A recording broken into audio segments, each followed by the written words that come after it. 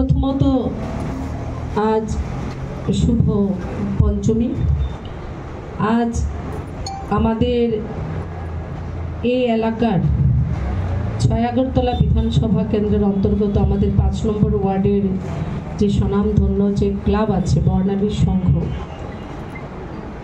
এই বর্ণালী সংঘ ক্লাবের ডাকে সাড়া দিয়ে আপনারা যারা সাংবাদিক আমাদের ভাই বন্ধুগণ এসেছেন, প্রত্যেককে ক্লাবের পক্ষ থেকে নিশ্চিতভাবে এবং আমারও ব্যক্তিগতভাবে আমি আপনাদের অনেক অনেক শুভেচ্ছা জ্ঞাপন করছি, শারদীয়ার অগ্রিম শুভেচ্ছা এবং ধন্যবাদ জ্ঞাপন করছি।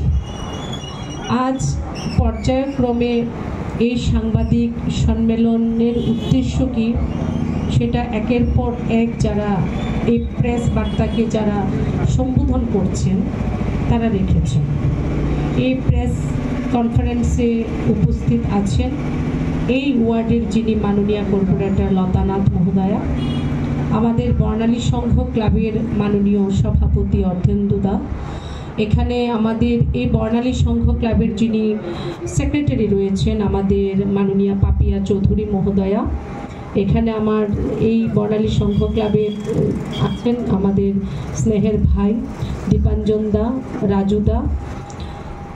আজ উদ্দেশ্য যেটা ইতিমধ্যে তারা প্রত্যেকেই বলেছেন যে আমরা প্রত্যেকেই জানি যে আদি অনন্ত কাল ধরে নবরাত্রির যে শেষ দিন, নবরাত্রি যখন শেষ হয় সে দশমীতে ভারতবর্ষের এই মহাভারতের মধ্যে কাশ্মীর থেকে কন্যাকুমারী এই মহাভারতের মধ্যে বিভিন্ন প্রদেশে বিভিন্ন স্থানে এই যে দশমী যে দিনটি, সেই দিনটি আমরা বিভিন্নভাবে উদযাপন করে থাকি।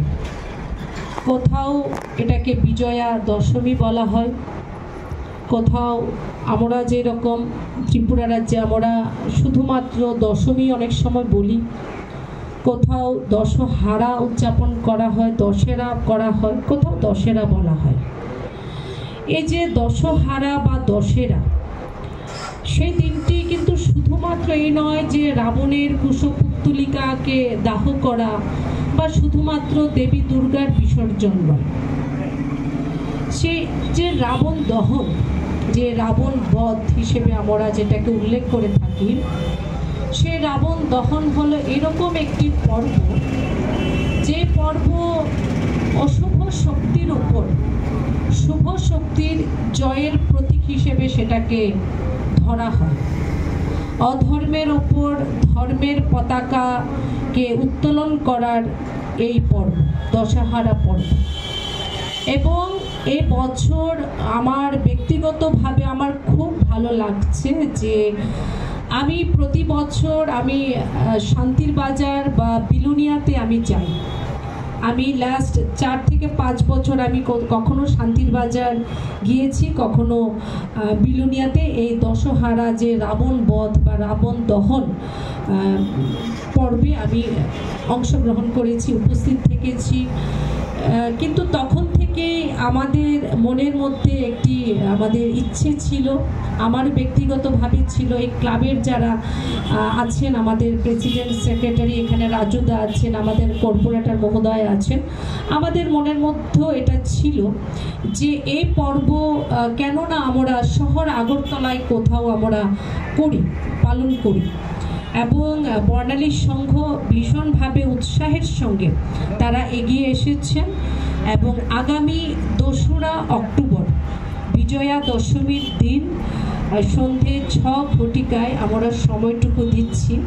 আমাদের এই কুমারী টিলাস্থিত যে বিটি কলেজ ময়দান যেটা আছে মাঠ, এখানে আমরা সে দশহারা বা দশেরা বা রাবণ দহন যাই বলি না কেন, যেই নামে উল্লিখিত আমরা করি না কেন, এই উৎসব এখানে পালন করা হবে।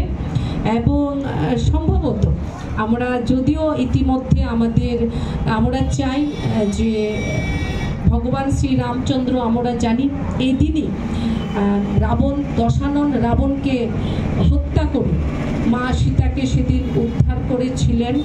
অর্থাৎ সেই দিনটি কিন্তু নারী শক্তির বিজয়েরও প্রতীক, কারণ দেবী দুর্গা সেদিন মহিষাসুরকে বধ করেছিলেন দশম দিনে। তো এটা নারী শক্তির বিজয়েরও প্রতীক, এবং এই রাবণ দহনের মাধ্যমে কিন্তু সমাজ ব্যবস্থায় একটি মেসেজ যায় যে যখন অধর্ম যদি কখনো মাথা তুলে দাঁড়ায়, অধর্ম যদি অসত্য যদি কখনো মাথা তুলে দাঁড়ায়, তাহলে তার পরিণতি কি হয় সেটা কিন্তু রাবণ দহন, সেটা কিন্তু আমাদের রাবণ দহনের মাধ্যমে কিন্তু সে মেসেজ আমরা কিন্তু আমাদের সমাজ ব্যবস্থাকে কিন্তু আমরা দিতে পারি। তাই এই যে কার্যক্রম বা অনুষ্ঠান, যে পর্ব আমরা করতে যাচ্ছি আগামী 2রা অক্টোবর এই বিটি কলেজ ময়দানে রাবণ দহনের মাধ্যমে, এটা মনে রাখতে হবে এটা শুধুমাত্র আমরা যে বিনোদনের জন্য করছি, আনন্দের জন্য করছি সেটা নয়।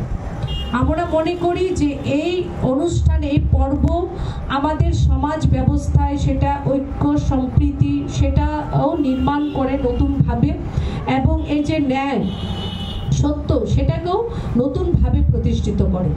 তো আমি এই প্রেস বার্তার মাধ্যমে, আপনাদের মাধ্যমে আমি এই রাজ্যের প্রত্যেক মানুষকে, জনসাধারণ যারা আছেন, আমরা আমন্ত্রণ জানাবো এই পর্বে উপস্থিত থাকার জন্য। যেটা বলছিলাম যে আমরা মাননীয় মুখ্যমন্ত্রীকেও এই অনুষ্ঠানে যেন উনি উপস্থিত থাকেন, তার জন্য আমরা ওনাকে অলরেডি আমরা মেসেজ পাঠিয়েছি। আমরা আশা করছি উনিও উপস্থিত হবেন এবং আমাদের মাননীয় মেয়রও থাকবেন, এবং অন্যান্য অনেক নেতৃত্ব উপস্থিতিতে, অনেক মানুষের উপস্থিতিতে এই রাবণ বধ যে পর্ব সেটা আমরা করতে চলেছি।